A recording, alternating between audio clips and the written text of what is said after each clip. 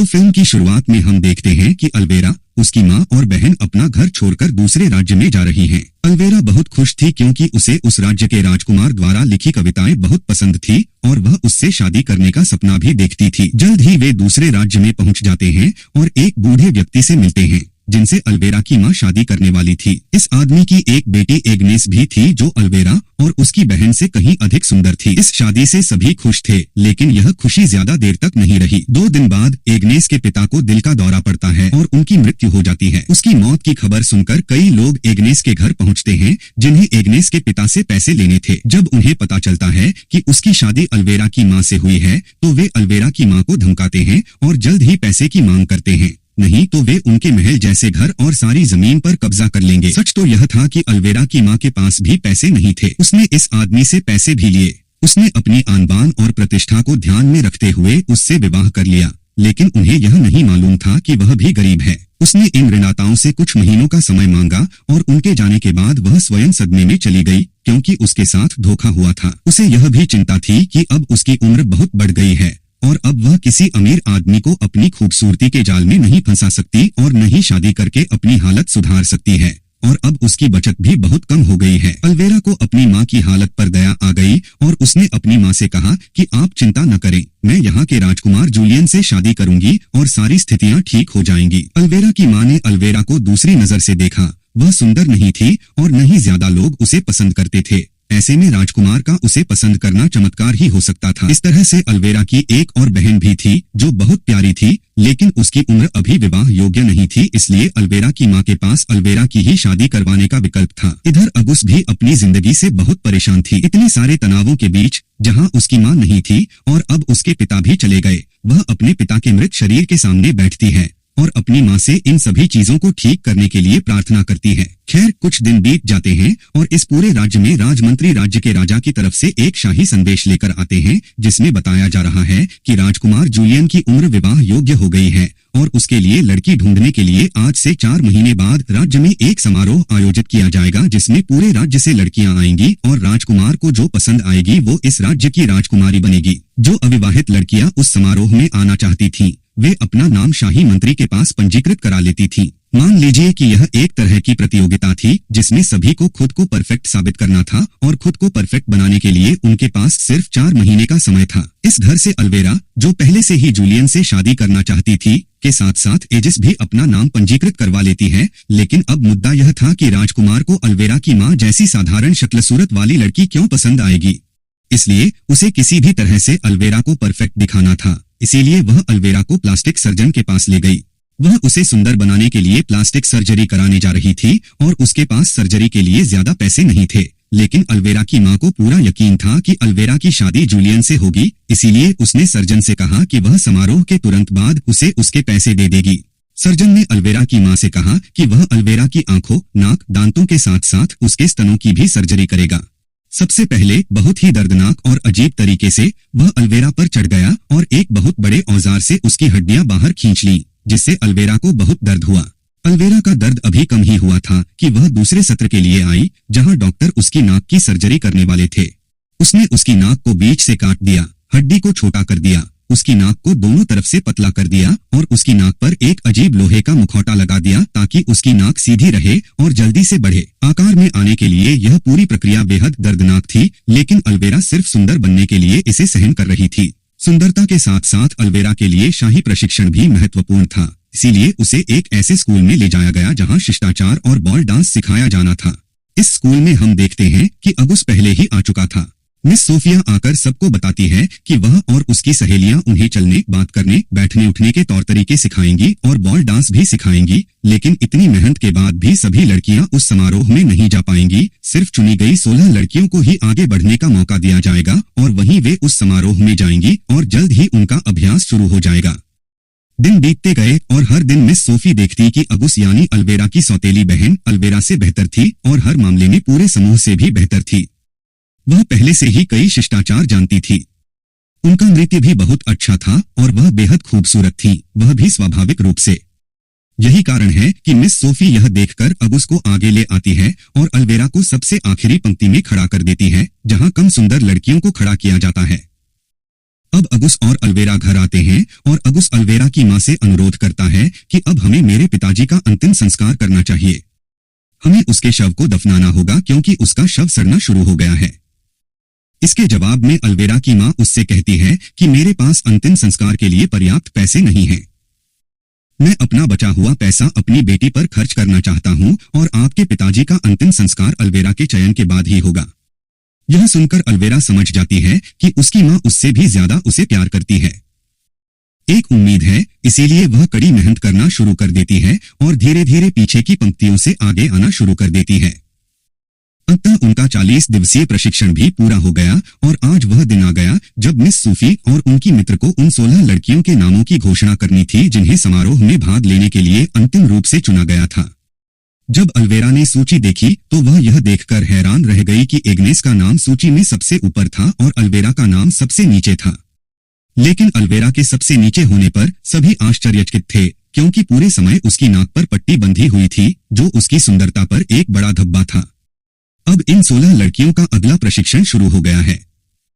जब इन लड़कियों को पॉलिन्स पढ़ा रही थी तो अलवेरा उतनी अच्छी तरह से नहीं कर पा रही थी जितनी एग्नेस कर रही थी, इसीलिए वो अलवेरा को पीछे धकेल देती है और यहाँ अलवेरा को लगता है कि मिस सोफी उसके साथ बहुत बदतमीजी कर रही है और यहाँ मिस सोफी भी उसे सुनाती है।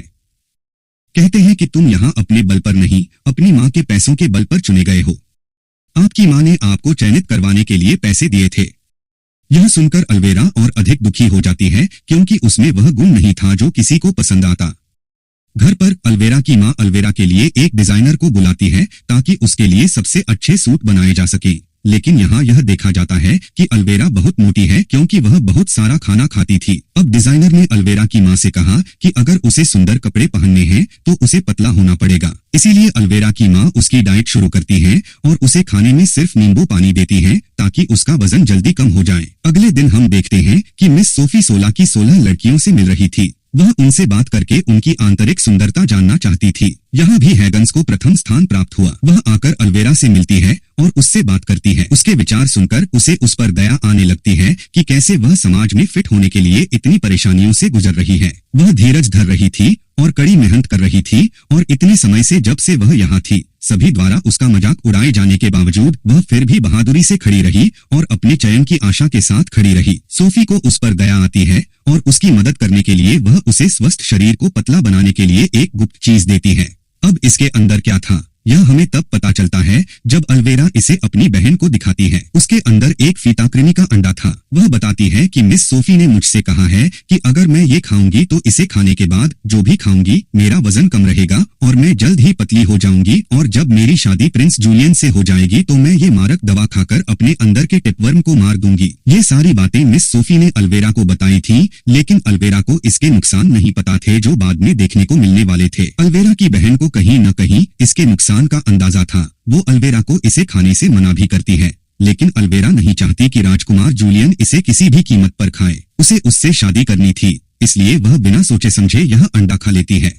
इस बीच राजकुमार जूलियन अपने दोस्तों के साथ शिकार के लिए यहाँ आता है। उसे देखकर वह एक बार फिर राजकुमार के साथ रहने के सपने देखने लगती है। राजकुमार के जाने के बाद जब वे घर लौट रहे होते हैं तो अलवेरा देखती है कि एग्स यानी उसकी सौतेली बहन उनके नौकर के साथ थी। यह देखकर वह क्रोधित हो जाती है और जाकर अपनी माँ को यह बात बताती है। अलवेरा की माँ उस पर बहुत क्रोधित हो जाती है। वह उसे इस गलती के लिए पीटकर दंडित करती है और फिर उससे भी बदतर काम यह करती है कि उसे अपने ही घर में नौकर बना लेती है और उसे घर में ही सीमित रहने को कहती है। अलवेरा अपनी माँ के इस फैसले से बहुत खुश थी क्योंकि वह जानती थी कि उसकी सबसे बड़ी प्रतिस्पर्धी उसकी बहन एग्नेस है। आज उसने टेप भी खा लिया था, इसलिए उसे इस बात की चिंता नहीं थी कि उसे पतला होना है। वह अपनी माँ से छिपाकर बहुत सारा खाना खाती है और एग्नेस उसके लिए यह खाना इसलिए लाई थी क्योंकि कहीं न कहीं एग्नेस भी चाहती थी कि अलवेरा पतली न हो जाए। अब कहानी में 3 महीने बीत गए। अंत में अलवेरा की नाक से यह मुखौटा हटा दिया जाता है और दिखाया जाता है कि उसकी नाक बहुत सुंदर आकार में आ गई थी।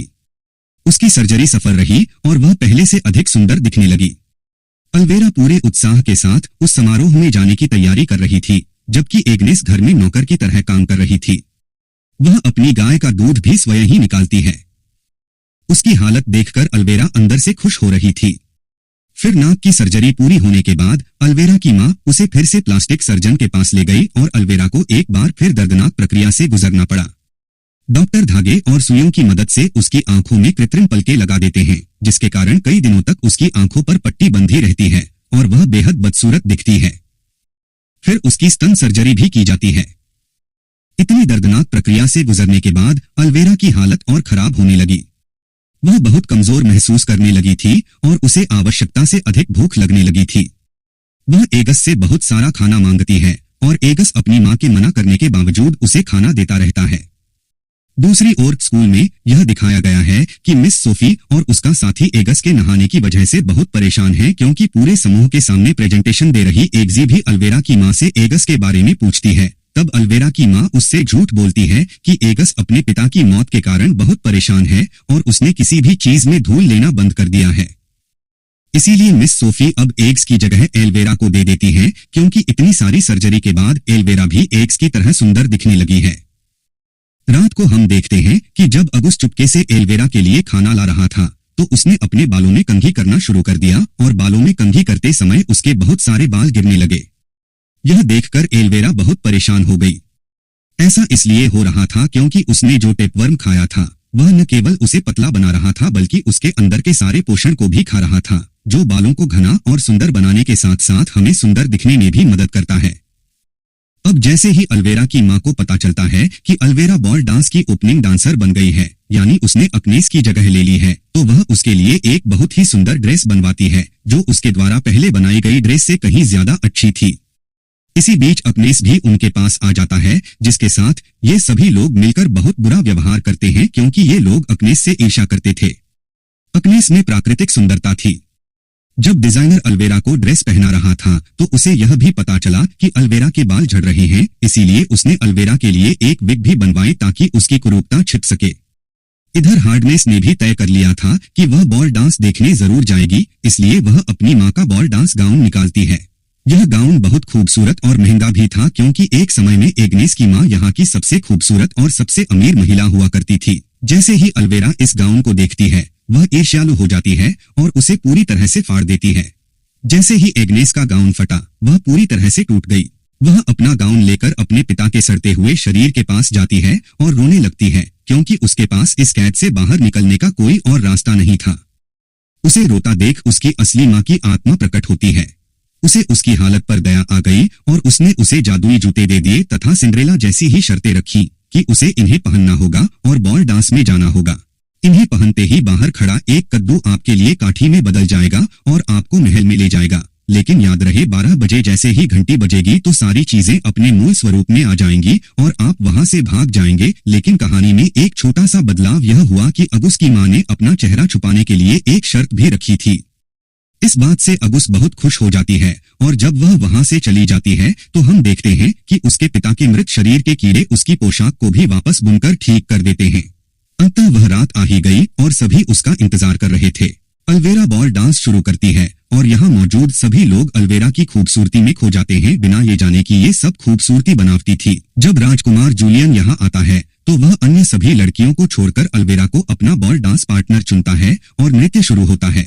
अब अल्वेरा की वजह से यहाँ उपस्थित सभी अमीर लोग भी अल्वेरा की मां पर बहुत ध्यान दे रहे थे। अल्वेरा बहुत खुश थी। सब कुछ बिल्कुल सही चल रहा था, क्योंकि जैसा उसने सोचा था वैसा ही हो रहा था। उसकी मेहनत रंग ला रही थी, लेकिन ये सब कुछ पलों के लिए ही था, क्योंकि थोड़ी ही देर में नकाब और खूबसूरत नीले रंग का गाउन पहने एक लड़की आती है, जिसके इर्द गिर्द ऐसा जादुई माहौल बन जाता है कि पार्टी में मौजूद सभी लोग उसकी ओर आकर्षित हो जाते हैं और न चाहते हुए भी प्रिंस अल्वेरा को छोड़कर उस लड़की के पास चला जाता है। जूलियन अब उस नकाबपोश लड़की यानी अगुस के साथ नाचना शुरू कर देता है और जैसे ही राजकुमार नाचते हुए अगुस के ऊपर झुकता है, अगुस का नकाब भी उतर जाता है और अल्वेरा उसे पहचान लेती है कि ये अगुस है। अगुस को पता था कि अब अल्वेरा उसके लिए कुछ परेशानी खड़ी करेगी, इसीलिए वह सब कुछ छोड़कर यहाँ आ गई। वह घर से बाहर भागने लगती है। राजकुमार उसे रोकने के लिए उसके पीछे दौड़ता है, लेकिन वह नहीं रुकती और सिंड्रेला की कहानी की तरह उसका एक जूता सीढ़ियों पर छूट जाता है। राजा उसे उठाकर अपने महल के अंदर आता है और घोषणा करता है कि यह जूती राज्य की सभी लड़कियां पहनेंगी और जो यह जूती पूरी तरह पालेगी वही यहाँ की राजकुमारी बनेगी। अल्वेरा गुस्से में घर आती है। वह जानती थी कि वह लड़की अगुस है और दूसरा जूता भी उसे ही मिलेगा, इसीलिए वह आते ही अगुस पर हमला कर देती है, उसे खूब पीटती है और उसके पैर से जूता छीन लेती है। वह इस जूते को अपना बनाना चाहती थी, लेकिन जैसे ही उसने यह जूता पहना, उसे एहसास हुआ कि उस जूते का आकार उसके लिए बहुत छोटा है। वह बहुत कोशिश करती है, लेकिन फिर भी यह जूता उसके पैर में फिट नहीं होता। यह जूता उसे पूरी तरह से फिट नहीं हो रहा था, क्योंकि यह एक जादुई जूता था जो केवल अगुस के पैर में पूरी तरह से फिट होने वाला था, क्योंकि यह अगुस की मां ने उसे दिया था। लेकिन अज्ञानता और जुनून में अल्वेरा इस जूते को पूरी तरह से फिट करने के लिए अपना पैर काटने का फैसला करती है और उसमें एक बड़ा छेद कर देती है। वह चाकू लेकर अपने पैर पर जोर से मारती है, जिससे उसकी सभी उंगलियां कट जाती हैं। उसे बहुत दर्द सहना पड़ता है, जिसके कारण वह बेहोश भी हो जाती है। उसकी हालत देखकर उसकी माँ और बहन वहां आती हैं और उसकी बहन को अल्वेरा के लिए बहुत दुख होता है कि उसने प्रिंस से शादी करने के लिए कितनी मेहनत की, कितनी परेशानियों का सामना किया।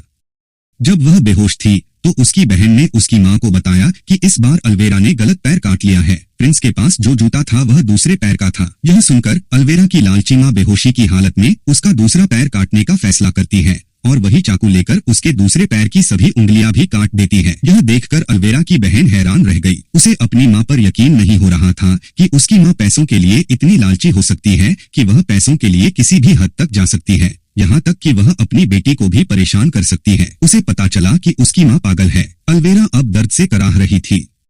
2 दिन बीत जाते हैं और उसकी आंखें एक घोषणा से भर जाती हैं। एक खबर खुलती है जिसमें बताया जा रहा है कि राजकुमार जूलियन स्वयं उनके घर की ओर आ रहे हैं। उस जूते को चेक करने के लिए दर्द से तड़पती हुई अल्वेरा किसी तरह उठती है और वहां से निकलने की कोशिश करती है, लेकिन वो चलने में असमर्थ थी। वो बिस्तर से नीचे गिर गई। वो खड़ी भी नहीं हो पा रही थी, इसलिए वो रेंगकर बाहर निकली। अब उसे सीढ़ियों से नीचे उतरना था। जब वो नीचे रेंगने की कोशिश करती है तो सीढ़ियों से गिर जाती है और बुरी तरह घायल हो जाती है। उसका चेहरा उल्टा था और उल्टे चेहरे से वो देखती है कि अगुस वही गाउन पहने खड़ा था जो उसने खुद अगुस से फाड़ा था, और अब वो गाउन पहले से भी ज्यादा खूबसूरत हो गया था। इसी बीच राजकुमार जूलियन यहाँ आता है और सभी से जूता पहनने का अनुरोध करता है। अगुस उस जूते को पहनता है और जूता उसे फिट हो जाता है, जिससे राजकुमार जूलियन को पता चल जाता है कि उस दिन जिस लड़की ने डांस किया था वह अगुस थी। वह उससे शादी करने का फैसला करता है और उसे यहाँ से ले जाने लगता है। यह देखकर अल्वेरा पीड़ा में थी, रोने लगती है। कष्ट सहे, बहुत प्रयास किए, लेकिन फिर भी वह राजकुमार को नहीं पा सकी। उसकी हालत देखकर उसकी बहन वहां आती है, जिसे उस पर बहुत दया आती है। वह जल्दी से अल्वेरा को वह मारक दवा पिलाती है जो मिस सोफी ने उसे उसके अंदर के टेपवर्म को मारने के लिए दी थी। जैसे ही वह यह दवा पीती है, उसके अंदर का टेपवर्म बाहर आना शुरू हो जाता है। उसकी बहन सभी टेपवर्म बाहर निकाल देती है और अल्वेरा की हालत पहले से भी बदतर हो जाती है। चीजें ठीक हो जाती हैं, जिसके बाद अल्वेरा की बहन अल्वेरा से कहती है कि वह मोटे कपड़े पहने और उसके साथ यहाँ से भाग जाए, क्योंकि वह जानती थी कि उसकी माँ पैसों के लिए पागल है और ऐसे में वह उसे नुकसान पहुँचा सकती है। खुद को बचाने के लिए दोनों बहनें अपनी माँ को छोड़कर यहाँ से भाग जाती हैं, ताकि वो अपनी जिंदगी आसानी से जी सकें और अपनी लालची माँ के बहकावे में आकर अल्वेरा की तरह और गलत काम न करें। कहानी यहीं समाप्त होती है।